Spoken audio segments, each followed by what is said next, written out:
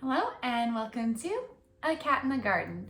Today, Nutmeg and I want to sort of give a 6-month fertilizer update. This is as much for me as it is for you guys because I really want to share sort of the progress that I've seen over using fertilizer for the past 6 months. So I have two different, wow, you are being crazy today. I have 2 different fertilizers that I have been using for the past 6 months. Before that, I was very inconsistent about fertilizing. I was very bad at it. I used a liquid fertilizer and it isn't really completely considered a fertilizer what I was using, and it just didn't work for my style of plant care. So the 2 that I'm gonna kind of review after using them for 6 months are the Osmocote Plus. This I use for almost every single plant in my collection. And then the other one is the Miracle Grow Orchid Food Spikes. I also use the mist, but because it's a spray, I'm very inconsistent about using it. So mostly I'm gonna focus on the spikes. But first I'm going to show sort of the plants that I've used the spikes with and kind of show you what has happened since I started using them, because you can actually tell. So the first one is gonna be a plant that you've seen here before. Sorry, can't talk today. This is my Hoya lacanosa Louisa Silver.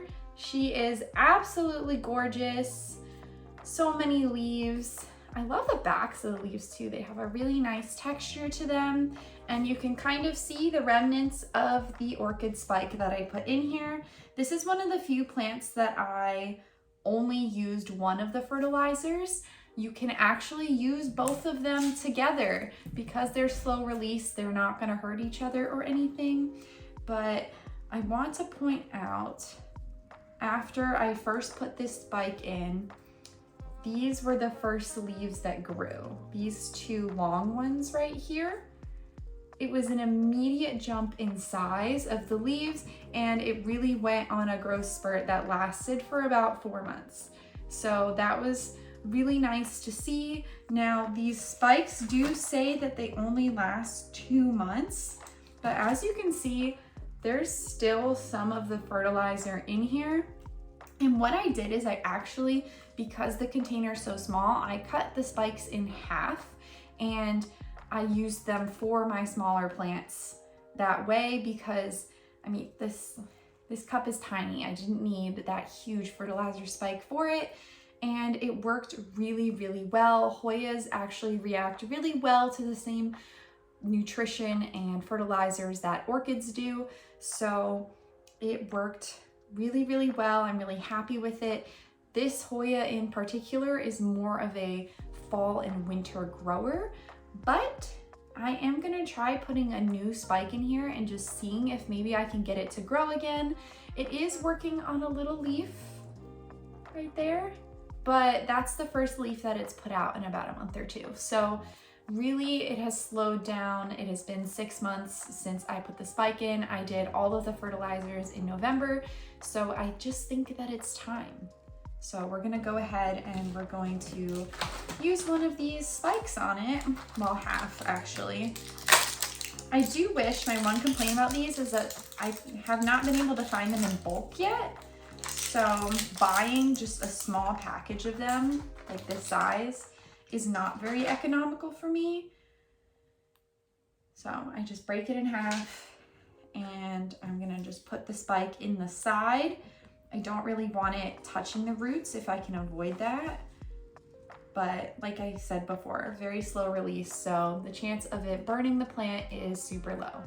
So that's one that I've used the spike for. Another one, just to show you one that is not in moss. This is my Hoya Nicotine. I don't know if I've showed it to you all before. This is a cross of Nicholsoniae and Christine. It's a really unique Hoya. It kind of looks like that verticulata silver that is really popular right now, but it's not $700 a node. So, I mean, it's not silver, but same shape and same kind of veining. And I just want to show you kind of what it looked like before and after I used the fertilizer. The most notable one is that actually I have two in here. This little one on this side, this little leaf is what came out when it was in my prop box. I put it in the pot with fertilizer and it gave me this big leaf. So that's a pretty good difference. This is a slower growing Hoya for me. I also had an issue where it wasn't holding on. So you see this bare stem here, it lost a couple of new leaves that were trying to form. I put the fertilizer spike in and we have got two beautiful leaves. And now this runner, the spike, we still have a decent amount of the spike left in this one, so I don't think I'll be replacing it yet. I honestly don't have to water this guy very often, and I think that's part of the reason why these orchid spikes have lasted a lot longer than 2 months for me, is because Hoyas don't need as much water as orchids do, from what I can tell. So the fact that I water this guy maybe every 2 to 3 weeks, he really is not a thirsty Hoya at all. It's got very thick leaves, and that's the other thing. Almost every Hoya I own has thick leaves. They hold on to water longer. So you can kind of stretch the life of the orchid spikes, and that does make it more economical in the long run, even though the other fertilizer is a little bit better in terms of price. And the last one that I want to show that I have used the orchid spikes with is this Hoya Dr. Ibok. It stands for Dr. IBOK, which is super cute. And this was another one that I bought as cuttings, and I put it in a prop box. And after I took it out of the prop box, the orchid spike is completely gone with this one. So this one needs more fertilizer. Where did I put the spike? I'll just do that now. I'll just put the spike in there. Perfect. So the original leaves obviously are about this size, and as you can see, the newer leaves are considerably bigger. This is a good comparison, one on top of the other there. And it has been actively growing. It's actually working on a new little growth point back there.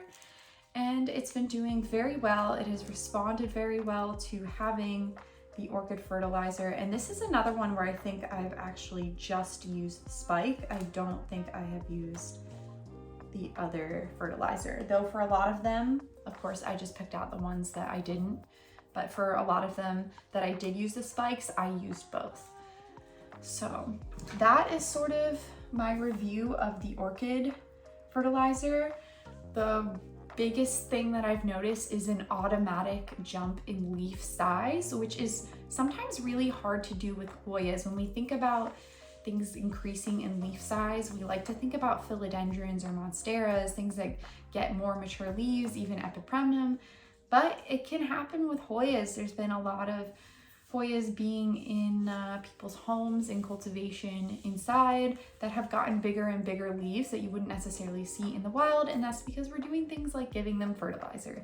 So that's pretty cool. I've liked watching those plants grow, but I do want to also talk about the Osmocote, and this fertilizer has been such a godsend to me because I am so lazy. I do not want to mix fertilizer with water. I do not want to do any extra steps. So the fact that I can just pour a little bit of fertilizer into a cup every 6 months is perfect. That is something I can easily remember to do, and I'm not going to complain about it because you do it once and you're good. I did it in November and it is now the end of May. So that was pretty nice. Good selling point for me. You can also buy this in a bigger container. Since I was just trying it out, I got the smaller one. This was about $15 at Lowe's. The bigger container is like 4 times the size and it's $35. So pretty good deal if you ask me. But the first one that I want to point out is my Monstera Thai Constellation.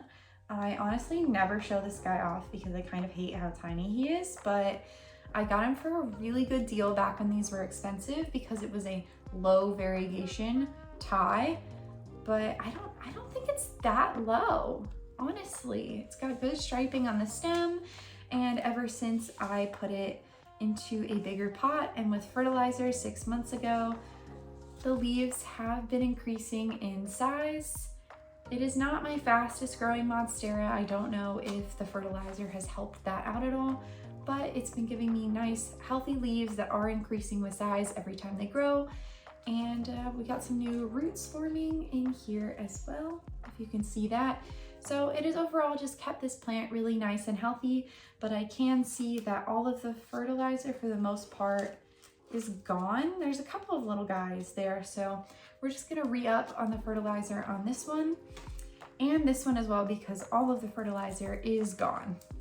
I don't know, it is gone. It has been used by the plants, and this plant has a little bit of sunburn, so it doesn't look the best, but I hope you can still appreciate how nice it looks with the new leaves that are, again, bigger. This is one of the few that I did notice a jump in leaf size, even though I'm not using an orchid spike on this one. I am just using the Osmocote. So it's gotten a couple of big leaves. It has pushed out extra growth points, and it really just went on this nice growth spurt after I used the Osmocote fertilizer.